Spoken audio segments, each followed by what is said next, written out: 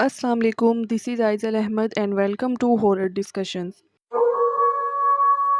Friends, आज की horror story शुरू करने से पहले मेरी आप लोगों से रिक्वेस्ट है कि प्लीज़ मेरे चैनल को सब्सक्राइब करके वीडियोस को लाइक, शेयर एंड कमेंट ज़रूर कीजिएगा। और अगर आप लोग अपनी कोई हॉरर स्टोरी मेरे साथ शेयर करना चाहते हैं तो आप लोग इसी ईमेल पर शेयर कर सकते हैं।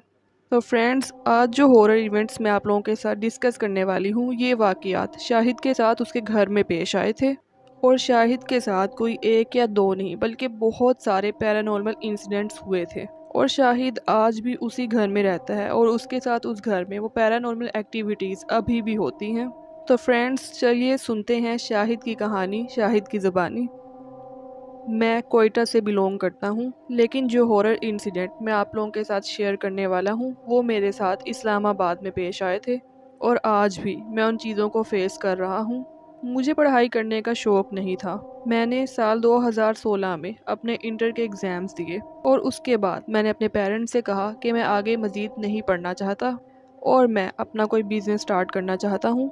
मेरे चाचू मंजूर जो इस्लामाबाद में रहते थे, उनकी कोई औलाद नहीं थी और वह मुझे अपने सगे बेटों से भी बढ़ के प्यार करते थे। चाचू स्पेयर पार्ट्स का काम करते थे और इस्लामाबाद में उनकी एक बहुत बड़ी वर्कशॉप थी। जब चाचू को मेरे बिजनेस करने वाली बात का पता चला तो उन्होंने फ़ौरन मुझे अपने पास बुला लिया और मुझसे कहा कि मैं उनके साथ उनका बिजनेस संभालूं। और इस बात से मैं और मेरे घर वाले भी बहुत ज़्यादा खुश थे। मेरे चाचू की वर्कशॉप के थोड़ा सा आगे एक घर था जो तकरीबन 2.5 या 3 मरले का था।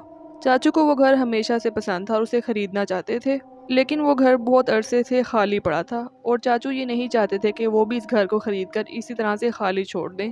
वो चाहते थे अगर वो ये घर ख़रीदें तो इस घर में रहने वाला भी कोई होना चाहिए, क्योंकि चाचू की अपनी फैमिली तो उनके अपने घर में रहती थी। इसलिए चाचू ने अभी तक वो घर नहीं ख़रीदा था। लेकिन जब मैं इस्लामाबाद गया तो चाचू ने वो घर फ़ौरन ख़रीद लिया और उस घर को साफ़ करवा के वहाँ पर मेरा रहने का बंदोबस्त कर दिया। मैं ख़ुद भी किसी ऐसी ही जगह पर अकेला रहना चाहता था और मैं बहुत ज़्यादा खुश था जब चाचू ने मुझे बताया कि मुझे उस घर में रहना है। तो मैंने कुछ दिन चाचू के घर में रहने के बाद अपना सारा सामान उस घर में शिफ्ट कर लिया और मैं उस घर में रहने के लिए चला गया।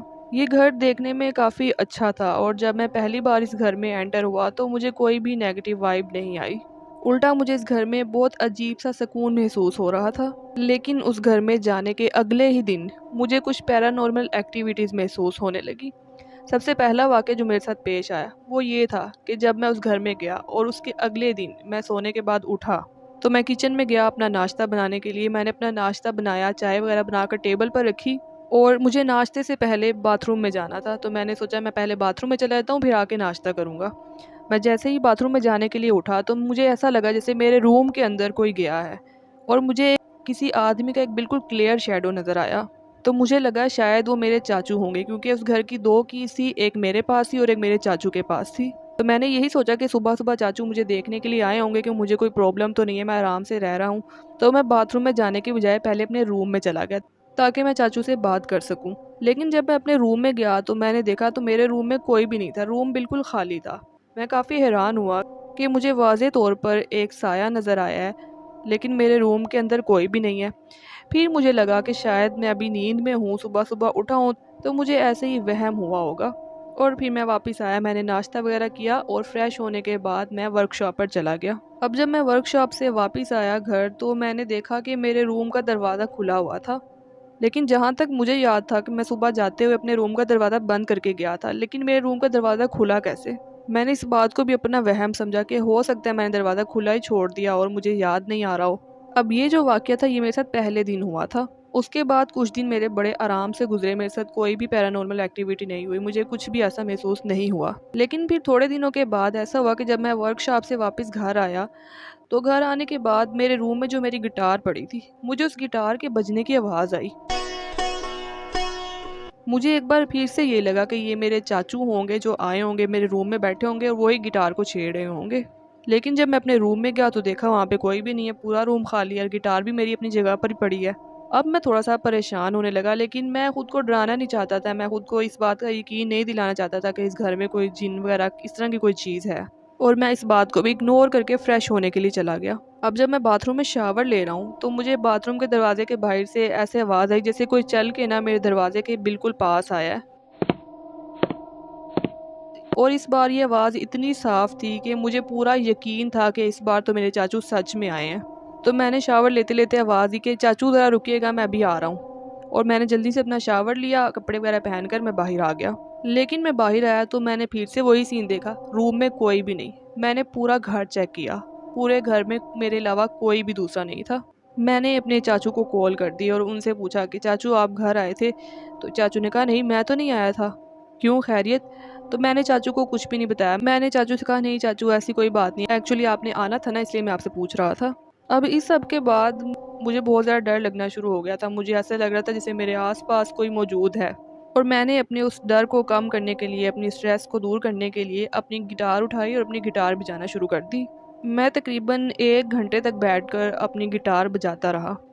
और जैसे ही मैंने अपनी गिटार बजाना बंद की तो लिटरली कोई मेरे लेफ़्ट साइड के कान के पास बहुत ज़ोर से खुसफुसाया और मुझे बाकायदा अपने कान के पास किसी के सांस लेने की हवा भी महसूस हुई। अब जैसे ये सीन मेरे साथ हुआ ना, इससे तो मैं इंतहाई डर गया और मैं ऐसे जंप मार के अपने बेड से नीचे उतरा और मैं खड़ा हो गया और मैं चारों तरफ देखने लगा कि आखिर इस रूम में है कौन। लेकिन हमेशा की तरह वहाँ पे कोई भी नहीं था, पूरा रूम खाली था। अब मैं समझ गया कि भाई कुछ तो गड़बड़ है, इस रूम में, इस घर में कोई तो ऐसी चीज़ है जो मेरे साथ रह रही है। लेकिन वो जो भी चीज़ थी उसने मुझे अभी तक कोई नुकसान नहीं पहुंचाया था। मुझे बस हल्का-हल्का सा ऐसे ही कभी-कभी उसकी मौजूदगी का एहसास होता था। छोटी-मोटी कुछ चीज़ें मेरे साथ होती थी, लेकिन उस चीज़ ने मुझे कभी कोई नुकसान नहीं पहुंचाया था। और मुझे ऐसे अंदर से फीलिंग आती थी कि वो जो भी जिन वगैरह है वो कोई अच्छा और नेक जिन है जो सिर्फ इस घर में रहता है, वो किसी को नुकसान नहीं पहुँचाता। शुरुआत में मुझे काफ़ी डर लगता था, लेकिन मैं आयतल कुर्सी वगैरह पढ़ के अपना हिसार कर लेता था। उसके बाद मुझे ज़्यादा डर नहीं लगता था। और ये चीज़ें मेरे साथ हर रोज़ नहीं होती थी, कुछ दिनों के बाद मेरे साथ कोई ना कोई छोटी-मोटी एक्टिविटी इस तरह की हो जाती थी। और अक्सर ऐसा होता था कि जब मैं वर्कशॉप से वापस घर आता था तो फ्रिज में जो मैंने खाने-पीने की चीज़ें रखी होती थी वो निकल के बाहर टेबल पे पड़ी होती थी। मेरी दूसरी इस्तेमाल की चीज़ें एक जगह से दूसरी जगह पर पड़ी होती थी। रूम की लाइट्स वगैरह ऑन होती थी, कभी फ़ैन चल रहा होता था। इस तरह की काफ़ी सारी चीज़ें मेरे साथ होती रहती थी। कभी-कभार कुछ छोटा-मोटा मेरा नुकसान भी हो जाता था, जैसे कोई चीज़ टूटी होती थी या कोई चीज़ मेरे इस्तेमाल वाली ख़राब हुई होती थी, इस तरह की चीज़ें होती थी। लेकिन मुझे फ़िज़िकली कभी भी उस चीज़ ने कोई नुकसान नहीं पहुँचाया था। और आज इस बात को बहुत साल गुज़र चुके हैं, मैं अभी भी उसी घर में रहता हूँ और अपने चाचू की वर्कशॉप बहुत अच्छे से चला रहा हूँ। और आज मैं इस बात पे श्योर हूँ कि उस घर में एक गैबी मखलूक मेरे साथ रहती है, लेकिन वो जो भी मखलूक है वो बहुत फ्रेंडली है, मुझे कभी भी कोई नुकसान नहीं पहुंचाती है। और शायद इसी वजह से आज तक मैं उस घर में टिका हुआ हूँ और आगे भी मेरा उस घर को छोड़ने का कोई इरादा नहीं है, क्योंकि चाचू ने एक तरह से वो घर मुझे ही दे दिया हुआ है, तो मैं वहाँ पे आराम से रहता हूँ। मैंने आज तक कभी भी कोशिश नहीं की कि उस मखलूक को मैं वहाँ से भगाऊँ या उसको किसी तरह का कोई नुकसान पहुँचाऊँ, क्योंकि जब वो जिन मुझे कोई नुकसान नहीं पहुँचाता तो मुझे भी उसे कोई नुकसान नहीं पहुँचाना चाहिए। इसलिए हम दोनों आराम से उस घर में रहते हैं। तो फ्रेंड्स, ये थी हमारी आज की हॉरर स्टोरी। आप लोगों को कैसी लगी कमेंट में ज़रूर बताइएगा। मेरे चैनल को सब्सक्राइब करना, वीडियोस को लाइक शेयर कमेंट करना बिल्कुल भी मत भूलिएगा। तो फ्रेंड्स, अब हम मिलेंगे कल किसी नई हॉरर स्टोरी के साथ। तब तक के लिए अल्लाह हाफिज़।